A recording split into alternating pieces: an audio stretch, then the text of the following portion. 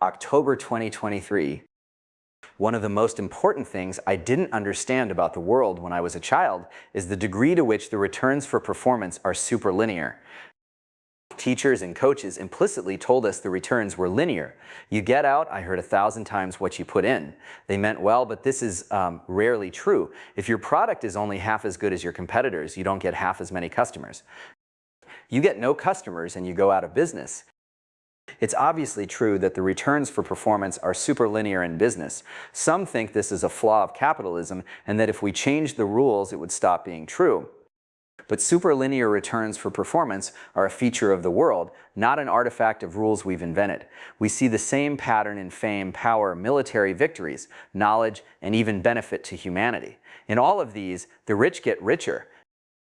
You can't understand the world without understanding the concept of superlinear returns. And if you're ambitious, you definitely should, because this will be the wave you surf on.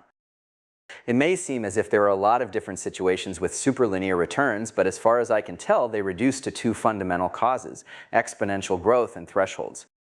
The most obvious case of superlinear returns is when you're working on something that grows exponentially. For example, growing bacterial cultures. When they grow at all, they grow exponentially. But they're tricky to grow, which means the difference in outcome between someone who's adept at it and someone who's not is very great.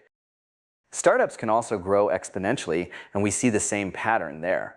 Some manage to achieve high growth rates. Most don't.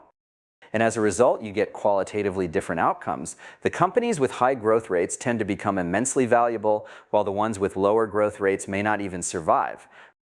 Y Combinator encourages founders to focus on growth rate rather than absolute numbers. It prevents them from being discouraged early on when the absolute numbers are still low. It also helps them decide what to focus on. You can use growth rate as a compass to tell you how to evolve the company. But the main advantage is that by focusing on growth rate, you tend to get something that grows exponentially. YC doesn't explicitly tell founders that with growth rate, you get out what you put in, but it's not far from the truth. And if growth rate were proportional to performance, then the reward for performance, even after decades of thinking about this, I find that sentence startling. Whenever how well you do depends on how well you've done, you'll get exponential growth, but neither our DNA nor our customs prepare us for it. No one finds exponential growth natural. Every child is surprised the first time they hear it by the story of the man who asked the king for a single grain of rice the first day and double the amount each successive day. What we don't understand naturally, we develop customs to deal with, but we don't have many customs about exponential growth either, because there have been so few instances of it in human history. In principle, herding should have been one. The more animals you had, the more offspring they'd have. But in practice, grazing land was the limiting factor, and there was no plan for growing that exponentially. Or more precisely, no generally applicable plan. There was a way to grow one's territory exponentially by conquest. The more territory you control, the more powerful your army becomes, and the easier it is to conquer new territory. This is why history is full of empires. But so few people created or ran empires that their experiences didn't affect customs very much. The emperor was a remote and terrifying figure, not a source of lessons one could use in one's own life. The most common case of exponential growth in pre-industrial times was probably scholarship. The more you know, the easier it is to learn new things. The result, then as now, was that some people were startlingly more knowledgeable than the rest about certain topics.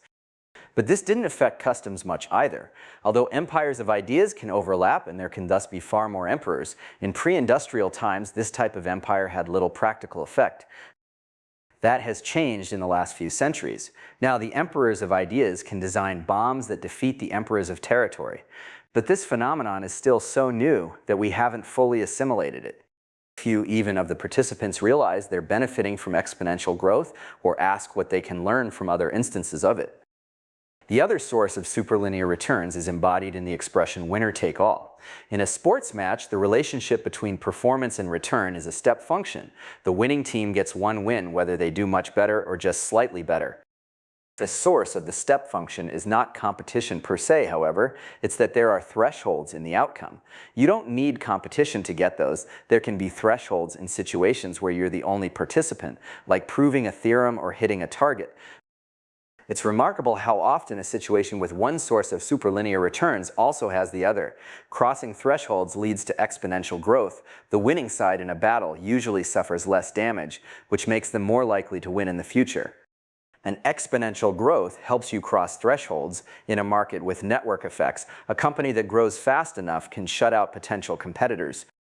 Fame is an interesting example of a phenomenon that combines both sources of superlinear returns. Fame grows exponentially because existing fans bring you new ones. But the fundamental reason it's so concentrated is, thresholds. There's only so much room on the A-list in the average person's head. The most important case combining both sources of superlinear returns may be learning. Knowledge grows exponentially, but there are also thresholds in it. Learning to ride a bicycle, for example. Some of these thresholds are akin to machine tools. Once you learn to read, you're able to learn anything else much faster, but the most important thresholds of all are those representing new discoveries. Knowledge seems to be fractal in the sense that if you push hard at the boundary of one area of knowledge, you sometimes discover a whole new field. And if you do, you get first crack at all the new discoveries to be made in it. Newton did this, and so did Dürer and Darwin. Are there general rules for finding situations with superlinear returns? The most obvious one is to seek work that compounds. There are two ways work can compound. It can compound directly in the sense that doing well in one cycle causes you to do better in the next. That happens, for example, when you're building infrastructure or growing an audience or brand. Or work can compound by teaching you, since learning compounds. This second case is an interesting one because you may feel you're doing badly as it's happening. But if you're learning a lot, then you're getting exponential growth, nonetheless. This is one reason Silicon Valley is so tolerant of failure. People in Silicon Valley aren't blindly tolerant of failure. They'll only continue to bet on you if you're learning from your failures. But if you are in fact a good bet. Maybe your company didn't grow the way you wanted, but you yourself have, and that should yield results eventually. Indeed, the forms of exponential growth that don't consist of learning are so often intermixed with it that we should probably treat this as the rule rather than the exception, which yields another heuristic: always be learning. If you're not learning, you're probably not on a path that leads to superlinear returns. But don't over-optimize what you're learning. Don't limit yourself to learning things that are already known to be valuable. You're learning, you don't know for sure yet what's going to be valuable, and if you're too strict, you'll lop off the outliers. What about step functions? Are there also useful heuristics of the form seek thresholds or seek competition? Here the situation is trickier. The existence of a threshold doesn't guarantee the game will be worth playing. If you play a round of Russian roulette, you'll be in a situation with a threshold, certainly, but in the best case, you're no better off. Seek competition is similarly useless. What if the prize isn't worth competing for? Sufficiently fast exponential growth guarantees both the shape and magnitude of the return curve because something that grows fast enough will grow big even if it's trivially small at first, but thresholds only guarantee the shape. A principle for taking advantage of thresholds has to include a test to ensure the game is worth playing. Here's one that does. If you come across something that's mediocre yet still popular, it could be a good idea to replace it. For example, if a company makes a product that people dislike yet still buy, then presumably they'd buy a better alternative if you made one. It would be great if there were a way to find promising intellectual thresholds. Is there a way to tell which questions have whole new fields beyond them?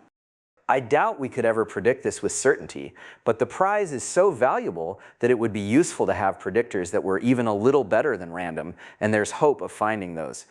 We can to some degree predict when a research problem isn't likely to lead to new discoveries, when it seems legit but boring, whereas the kind that do lead to new discoveries tend to seem very mystifying but perhaps unimportant. If they were mystifying and obviously important, they'd be famous open questions with lots of people already working on them.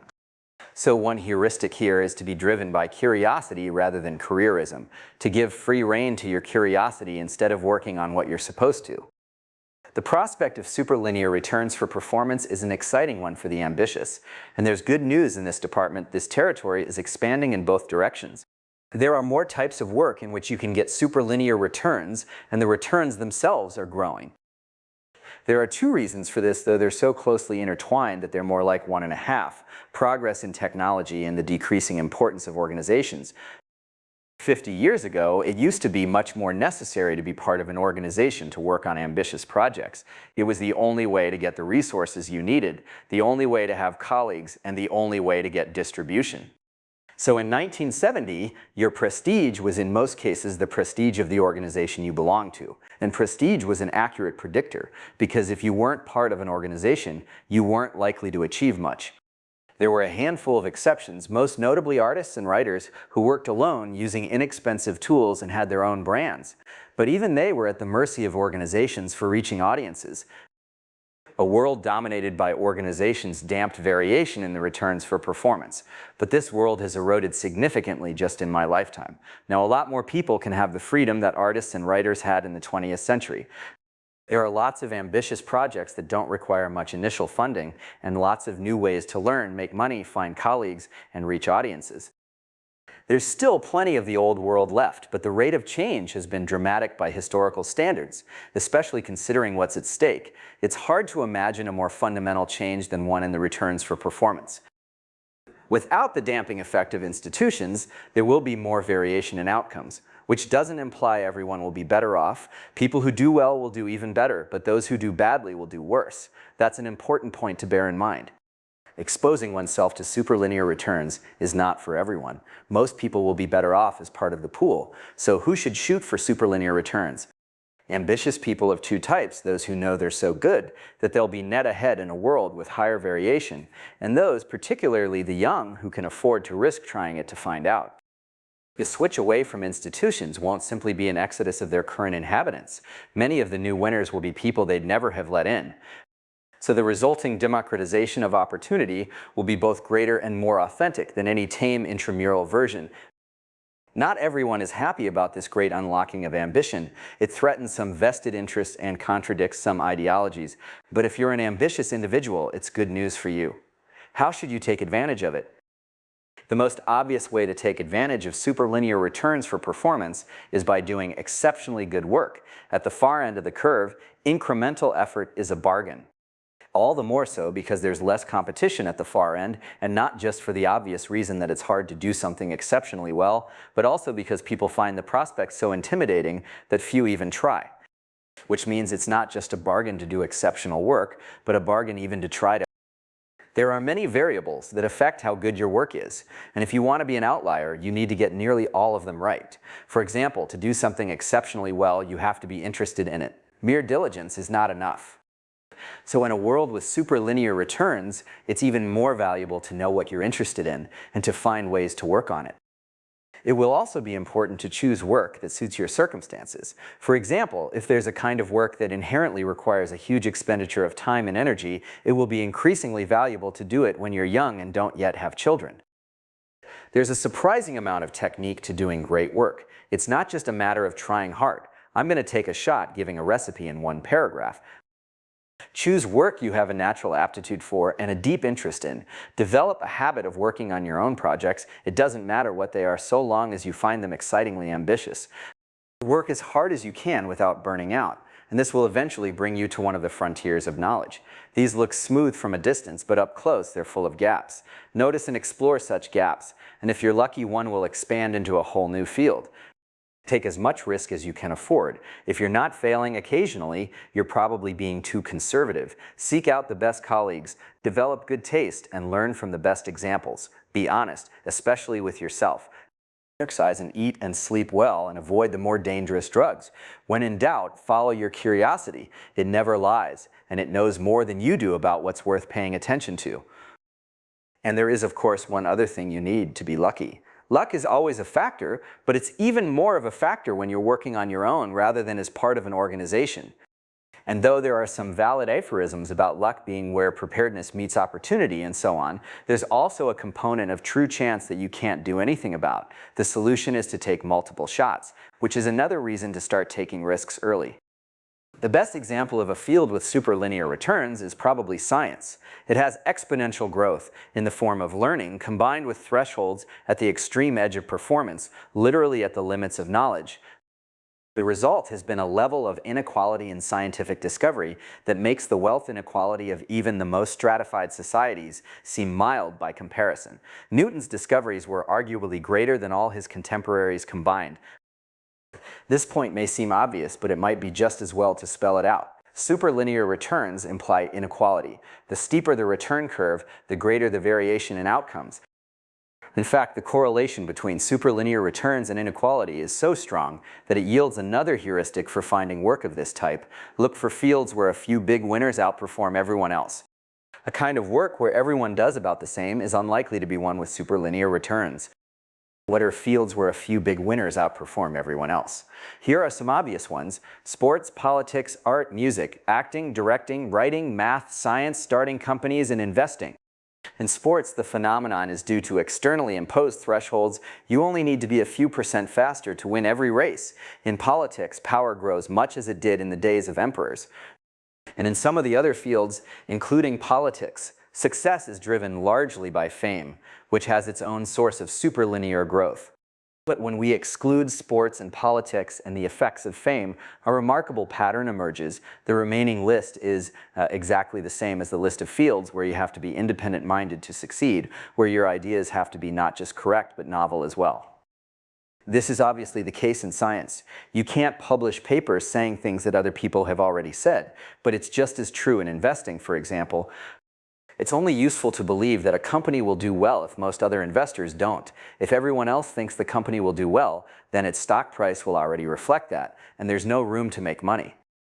What else can we learn from these fields? In all of them, you have to put in the initial effort. Superlinear returns seem small at first. At this rate, you find yourself thinking, "I'll never get anywhere." But because the reward curve rises so steeply at the far end, it's worth taking extraordinary measures to get there. In the startup world, the name for this principle is do things that don't scale. If you pay a ridiculous amount of attention to your tiny initial set of customers, ideally you'll kick off exponential growth by word of mouth. But this same principle applies to anything that grows exponentially. Learning, for example. When you first start learning something, you feel lost. But it's worth making the initial effort to get a toehold, because the more you learn, the easier it will get. There's another more subtle lesson in the list of fields with superlinear returns: not to equate work with a job. For most of the 20th century, the two were identical for nearly everyone, and as a result, we've inherited a custom that equates productivity with having a job. Even now, to most people, the phrase "your work" means their job. But to a writer or artist or scientist, it means whatever they're currently studying or creating. For someone like that, their work is something they carry with them from job to job, if they have jobs at all. It may be done for an employer, but it's part of their portfolio. It's an intimidating prospect to enter a field where a few big winners outperform everyone else. Some people do this deliberately, but you don't need to. If you have sufficient natural ability and you follow your curiosity sufficiently far, your curiosity won't let you be interested in boring questions. And interesting questions tend to create fields with superlinear returns if they're not already part of one. The territory of superlinear returns is by no means static. Indeed, the most extreme returns come from expanding it. So while both ambition and curiosity can get you into this territory, curiosity may be the more powerful of the two. Ambition tends to make you climb existing peaks, but if you stick close enough to an interesting enough question, it may grow into a mountain beneath you.